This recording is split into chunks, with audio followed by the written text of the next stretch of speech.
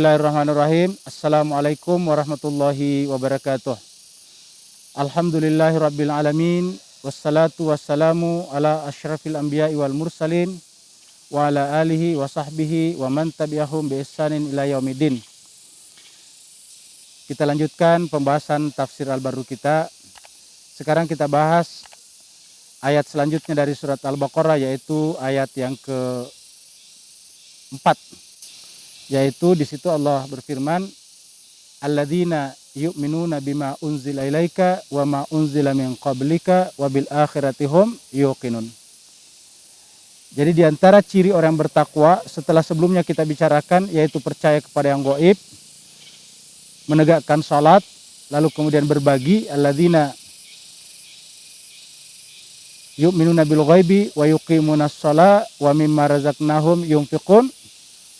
Kemudian sekarang adalah alladzina yu'minuna bima unzila ilaika wa ma unzila min qablika wa bil akhirati hum yuqinun. Yaitu beriman kepada apa yang diturunkan kepada Muhammad, yaitu Al-Qur'an, lalu kemudian beriman kepada apa yang diturunkan sebelumnya. Jadi apa maksudnya alladzina yu'minuna bima unzila ilaika wa ma unzila min qablik? Yaitu bahwa kita di dalam Islam ini percaya pada kontinuitas syariat. Percaya pada keberlanjutan wahyu.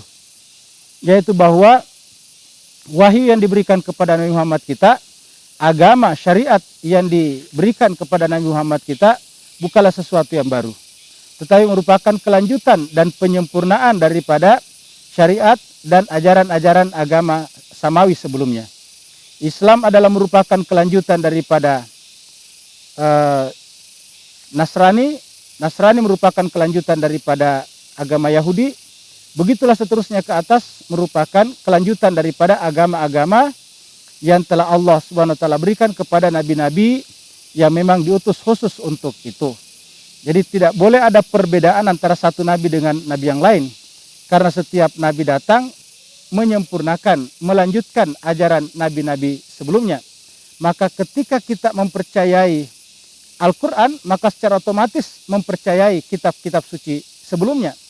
Ketika kita percaya kepada Nabi Muhammad Sallallahu Alaihi Wasallam, secara otomatis kita juga percaya kepada Nabi Isa, Nabi Yahya, Nabi Zakaria, ke atas Nabi Sulaiman, Nabi Daud, Nabi Harun, Nabi Musa, dan seterusnya. Dan nabi-nabi ini tidak mungkin terjadi pertentangan satu sama lain, karena yang mengutusnya sama dan tujuan pengutusannya sama, yaitu mengajarkan agama tauhid, membawa risalah yang mendidik, membimbing umat manusia supaya benar-benar berjalan sesuai dengan apa yang Allah inginkan. Maka syarat pertama keberimanan kita kepada kitab suci adalah alladzina yu'minuna bima unzila ilaika wa ma unzila min qablika. Jadi ada sumber. Jadi Al-Quran yang disebutkan di ayat 2 disebut dengan zalikal kitab la raiba fihi hudan, bukanlah kitab baru, bukanlah kitab yang berdiri sendiri, bukanlah kitab suci baru. Sudah ada kitab suci sebelumnya. Dan kitab suci sebelumnya sama sumbernya, yaitu dari Allah Subhanahu wa taala. Selama kitab suci itu adalah kitab suci samawi, selama nabi itu adalah nabi yang diutus oleh Allah Subhanahu wa taala dari langit, atau yang disebut dengan agama langit. Nah, itu sebabnya di dalam Al-Quran Allah menjelaskan tentang kontinuitas ini. Contohnya misalnya di dalam surat 42, surat Asy-Syura, surat Musyawarah, Allah Subhanahu wa taala berfirman, syara'alakum minad dini ma wassabihi Nuhan walladzi auhayna ilaika wa ma wassayna bihi Ibrahima wa Musa wa Isa an aqimuddin wa la tatafarraqu fihi kabura alal musyrikina ma tada'uhum ilaih. Allahu yajtabi ilaihi man yasha wa yahdi ilaihi man yunib. Allah berfirman, syara'alakum, Allah mensyariatkan kepada kalian. Apa itu? Minadi, daripada agama. Allah mensyariatkan kepada kalian daripada agama ma wassabihi Nuhan, yaitu wasiat atau keagama yang juga diwasiatkan kepada Nabi Nuh sebelumnya. Walladzi auhayna ilaika, dan syariat itu juga yang kami wahyukan kepadamu Muhammad.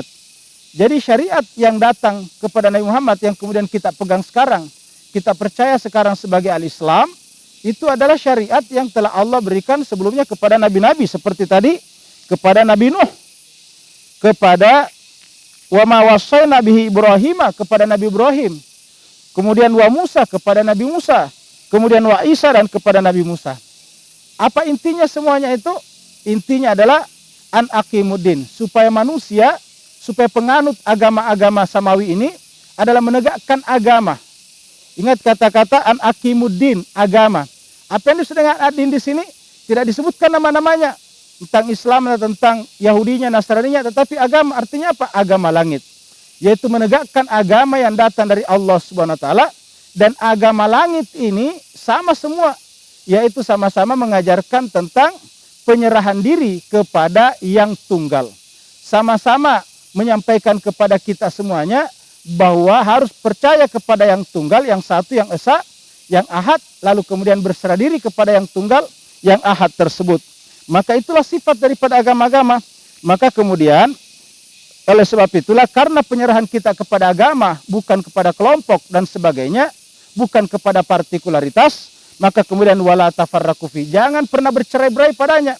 Kenapa? Karena simpulnya sama, awal dan akhirnya juga sama, dari Allah dan kembali kepada Allah Subhanahu wa taala.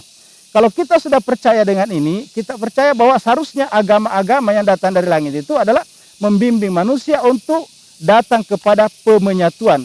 Kalau toh tidak bisa bersatu dalam hal agama-agama mereka, paling tidak bersatu di dalam sama-sama menjaga kepentingan bersama. Bersatu dalam sama-sama membela kepada nilai-nilai kemanusiaan.